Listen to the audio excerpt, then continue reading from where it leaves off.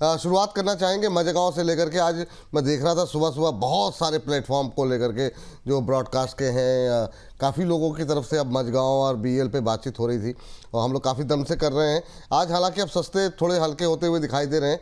Ma'am क्या view रहेगा? 4-5 दिन में 12% चल चुका है मजगांव। आज की ये सुस्ती में क्या करना चाहिए, आपका व्यू क्या है? लेकिन चलिए अमित सर काफ़ी देर से शांत है, पहले अमित सर से शुरू करेंगे। अमित सर आपका व्यू क्या होगा मजगांव पे? विपुल जी देखिए, ये पहली बात तो युद्ध का सिनेरियो है, लोगों की इन्वेंट्री खत्म हो रही है, तो कहीं ना कहीं किसी ना किसी को कोई ना कोई ऑर्डर के रूप में इनकी रेवेन्यू बढ़ती हुई आगे नजर आ सकती है, लेकिन इसके लिए थोड़ा टाइम लगेगा। डेली चार्ट सेटअप में देखते हैं तो ये एग्जॉस्ट होता हुआ नजर आता है, मंथली चार्ट सेटअप में देखते हैं तो अभी भी पोटेंशियल नजर आता है, लेकिन वीकली चार्ट में रेजिस्टेंस जोन पे खड़ा हुआ है। तो मुझे ऐसा लगता है विपुल जी, ये कभी ना कभी प्रॉफिट बुकिंग होती है, कैसे होता है क्या होता है, लेकिन एक बार के लिए 2350 रुपए के आसपास मिल सकता है, वहां पर एक्यूमुलेट कर सकते हैं और वहां से जब ये चलना चालू करेगा तो 2620 रुपए का टारगेट मिलेगा। तो थोड़ा सा निगोशिएट करना चाहिए, मुझे ऐसा लगता है 2360 के आसपास मिले तो वहां पर बाय करिए। 2100 रुपए का अभी अभी इसने रिसेंट लो लगाया था 2127 रुपए के आसपास का, उसके नीचे का स्टॉप लॉस रखिए और 2620 रुपए के टारगेट एक्सपेक्ट कर सकते हैं। तो अभी तीनों टेक्निकल चार्ट्स में व्यूज अलग अलग बन रहे हैं, तो यहाँ पर ऐसे टाइम पर थोड़ा कॉशियस अप्रोच रखनी चाहिए। अगर इनकेस पूरे स्टॉक मार्केट में कहीं कोई गिरावट आती है तो इसमें कोलेटरल डैमेज के रूप में हमें बाइंग अपॉर्चुनिटी मिलेगी। ठीक, अब आ जाते हैं बीएल पे। बीएल पे भाई साहब इतने सवाल आ चुके हैं और हमारे राहुल जी मतलब इतने सारी इमोजीज गुस्से वाली निकाल के, सर थोड़ा धैर्य रखिए, कार्यक्रम खत्म होने तक का आप सवाल भेजा है तो वेट कर लीजिए। माफ़ी चाहेंगे मैम। बीईएल इन्होंने 424 पे लिया, लेकिन बहुत लोगों ने अलग अलग लेवल पे लिया, तो जिनके पास है उन्हें क्या करना चाहिए? क्योंकि अब ये 52 वीक हाई के आसपास है, बहुत कम लोग होंगे जो बहुत बड़े लॉसेस में होंगे यहाँ पर। दूसरा सवाल, कौन कौन कहाँ तक आप कंफर्टेबल होंगे यहाँ पर बाय करने में, और क्या आप करना भी चाहिए या अवॉइड करना चाहिए बीएल को? आपकी टिप्पणी क्या रहेगी? अभी यहाँ पर अगर आपका नजरिया 3 महीने वाला है, book your profit, because anyways मैंने कल भी वही स्टेटमेंट दिया था कि अगर आपकी बाइंग 460 के नीचे ऊपर की है तो यहाँ आपको पोजीशन केयरफुली देखना चाहिए, मतलब नहीं रखना चाहिए। अब कहाँ तक बाय करना है, पहले इस सवाल का जवाब दूंगी ताकि लोगों को समझ में आ जाए कि उनको प्रॉफिट बुक करना चाहिए या नहीं। Right now it is at 461 and very likely 445-50 आएगा, तो ज्यादा दूरी तो नहीं है, लेकिन अगर आपकी की है तो फिर आपको definitely you should think of exiting this, क्योंकि का जो स्टॉप लॉस है, और जिसको नई बाय करनी है वो 445 का वेट कर ले तो बहुत बेहतर होगा। उतनी बड़ी चाल नहीं होती इस स्टॉक की। अब स्टॉप लॉस जो आपको मेंटेन करना है 445 के रेंज पर री बाय करने के लिए या फ्रेश बाय करने के लिए, वट एवर इट इज, 420 रुपए का स्टॉप लॉस रखिएगा। और दोबारा से जब आपको टारगेट की बात हो तो 485 से लेकर के 520 के टारगेट की ही वेट करना चाहिए। अब डिपेंड, सवाल आपका इसके बीच में ही है कि आपको यहाँ पर प्रॉफिट बुक करना चाहिए या नहीं। तो जिनका सवाल, जिन्होंने बोला था कि 424 समथिंग की बाएंगे, you should book your profit, क्योंकि आपके पास में बहुत बड़ा कुशन नहीं है। यहाँ पर प्रॉफिट बुक करो, री एंट्री करने के बारे में सोच समझ के 445 के आसपास दोबारा ले सकते हैं। सो ये जो भी आपको प्रॉफिट मिल रहा है, लाइक 40, 30, 35 पॉइंट जो भी है, बुक इट।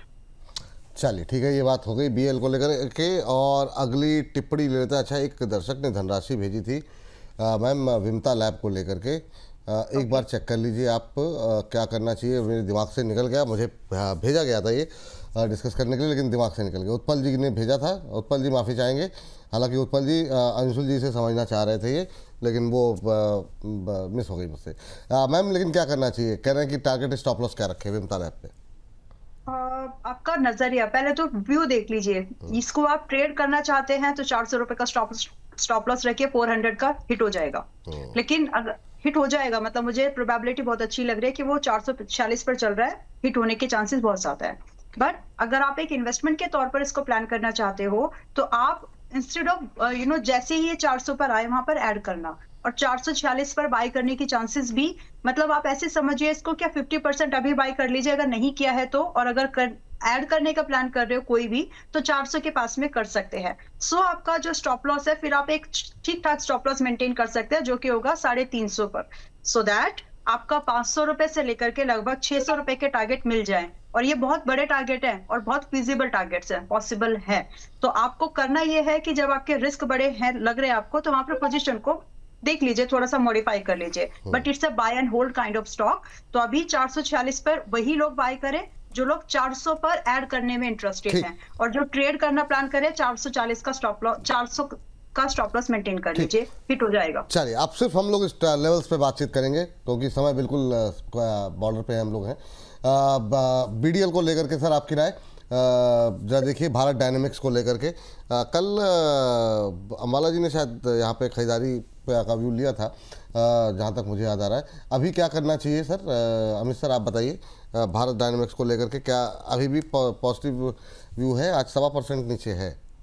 विपुल जी देखिए, अगर अभी भाव चल रहा है इसका 1380 रुपए के आसपास, 1371 रुपए। इसकी फ्रेश तेजी जो ट्रिगर होगी वो वीकली बेसिस पे 1455 के बाद होगी।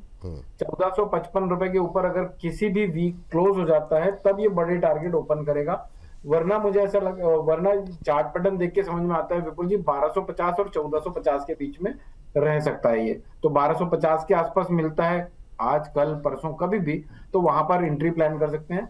1600 के आसपास प्रॉफिट लीजिए, 1650 के ऊपर निकलते हैं तो फिर से फ्रेश लॉन्ग करिए, वरना और सस्ता होने का फिर से उसको ले लीजिए। ट्रेडिंग वाला सेक्टर लग रहा है अभी ये।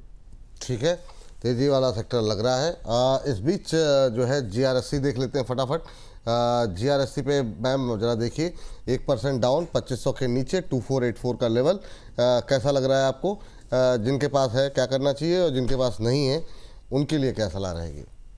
अब आप लोगों को समझ में आ रहा होगा मैं क्यों बार बार बोलती हूँ कि ट्रेड करने से बचो। ये ट्रेड वाले स्टॉक नहीं है, तो जो भी है आप उसको इसमें इन्वेस्टमेंट करके प्लान करना है, और ये इन्वेस्टमेंट के तौर पर अगर आप रखना चाहते हैं कोई कुछ नहीं बिगड़ा। मैं आपको बल्कि मैं तो यहाँ तक बोल रही हूँ कि अभी 2485 के पास में है।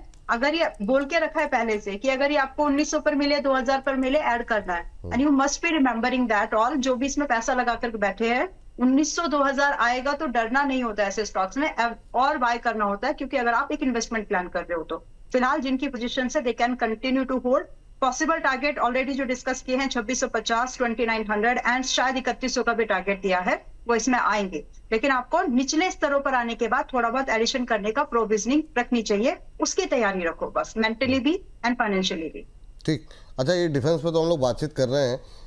काफ़ी लोगों की टिप्पणी है कि आप जल जीवन को लेकर के आपने बातचीत की, लेकिन जैन इरिगेशन और इलेक्ट्रो स्टील कास्टिंग को भूल गए। तो मैम ये दोनों पे मैं चाहूँगा कि अगर आप एक व्यू तैयार रखिएगा तब तक मैं क्या वो मुस्कुरा रही हैं आपके पास है? जैन इरिगेशन नहीं, हाँ चलिए, जैन ठीक है। इरिगेशन जैन नहीं दे इरिगेशन सकते, सबसे लेकिन आप ले लेंगे। केएसबी देख सकते हैं। हाँ। केएसबी मैंने आप लोगों को कल रेकमेंड भी किया था। ठीक है। So I maintain a balance actually. नहीं, मतलब ऐसे संतुलन नहीं कि आपका आप लोग बहुत छूट अच्छा है मैम, बहुत बढ़िया संतुलन आपका रहता है, बहुत बहुत शानदार। चलिए तो अब हम लोग जीआरएससी के बाद सर से जरा कोचिन शिपयार्ड ढूंढ लेते हैं, और सर उसके साथ जरा जैन इरिगेशन के चार्ट पे मैं चाहूँगा कि एक नज़र आप डाल लें। कोचिन शिपयार्ड डिफेंस पे और जैन इरिगेशन। जी सर, जैन इरिगेशन ने आज ही एक फ्रेश अच्छा खासा तेजी का मोमेंटम दिखाया है। काफी टाइम का डिस्ट्रीब्यूशन था, बाजार गिरे, अब बाजार उसी डिस्ट्रीब्यूशन को इंगल्फ कर रहे हैं।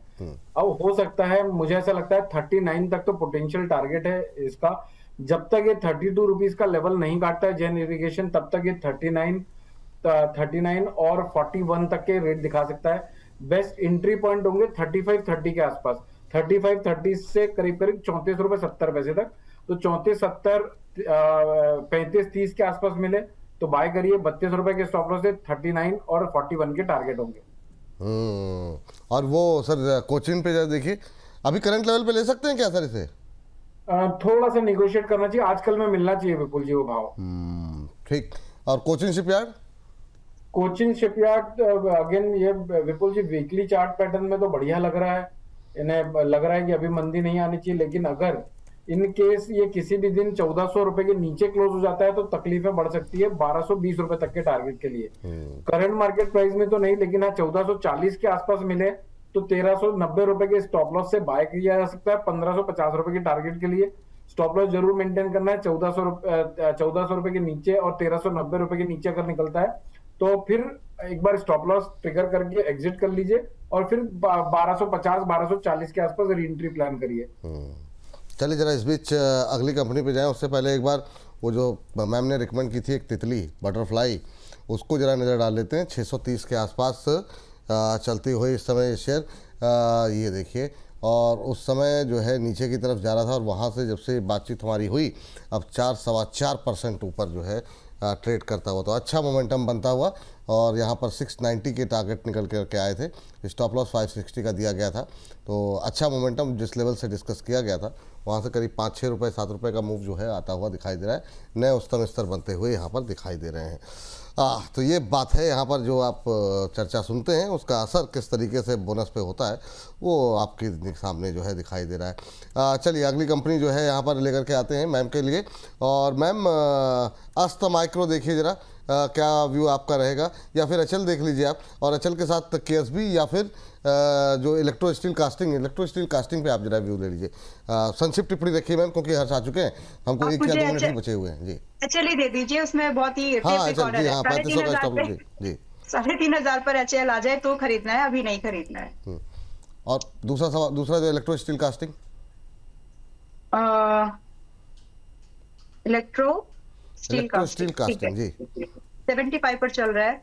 कितना गया है? 1 सेकेंड विपुल जी, मतलब इट्स ट्राई कर सकते हैं अगर सर्किट लग चुका हो ऑलरेडी, तो हमारे सर्किट लगने की जगह बची है इसमें। अभी जिनके पास है वो क्या करें, मतलब होल्ड करें?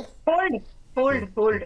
और अगर सर्किट खुलता है और 74-75 पर मिलता है तो बाय भी करके जा सकते हैं, बिकॉज अगले 4-5 दिन के अंदर में बहुत ज्यादा चांसेस हैं कि 90 रुपए और 97 के आसपास जा सकता है। तो सर्किट खुलता है तो प्राइस अलर्ट लगा के रखो ताकि आपको मिल जाए, और अगर आप पहले से हो तो कैरी करके जाना पोजीशन, डर के बेचना नहीं कि 20% मिल गया, this is likely to extend. और स्टॉप लॉस आप लोग ध्यान में रखें कि अगर सर्किट खुलता भी है और आप बाय कर रहे हो तो आपका स्टॉप लॉस आप 63 पर क्लोजिंग बेस मेंटेन करना। सर अमित सर, संक्षिप्त टिप्पणी पारस डिफेंस और आइडिया फोर्ज ये दोनों मैम ने अपने पोर्टफोलियो में रख लिए हैं, लेकिन तो इसलिए वो टिप्पणी नहीं कर पाएंगी। मैं चाहूँगा आप अगर इसके लेवल्स हमारे साथ शेयर कर सकें तो बड़ी मेहरबानी होगी। अभी क्या करना चाहिए सर? सर पारस में ना, पारस डिफेंस और आइडिया फोर्स 2 शेयरों पे मैं आपकी राय फटाफट जानना चाहूँगा। एक तो पारस डिफेंस अभी 700 के आसपास चल रहा है। पारस डिफेंस सर अभी इसने मेरे ख्याल से मंथली हाईज लगाए थे। इनफैक्ट कल भी ये 765 का हाई लगाकर देखिए डेली चार्ट में बुलिंजर बैंड के एकदम ऊपर चला गया था, ओवरबॉट टेरिटरी में चला गया था। आज बाजार टूट चुके हैं। तो विपुल जी मुझे लगता है अगर किसी के पास है तो इसको 735 रुपए के आसपास, 730-735 के आसपास मिले तो एग्जिट प्लान करना चाहिए। लोअर लेवल पे वापस से एक बाइंग अपॉर्चुनिटी मिलेगी, आराम से मिलेगी 640 रुपए के आसपास, वहां पर एंट्री प्लान करिए। 640 के बाद वापस से हम इसको 700 रुपए तक का देख सकते हैं। मोटा माटी 740 के ऊपर अगर निकलता है तो एक फ्रेश तेजी, वरना 640 के आसपास आपको वापस से री एंट्री प्लान करने मिलेगी।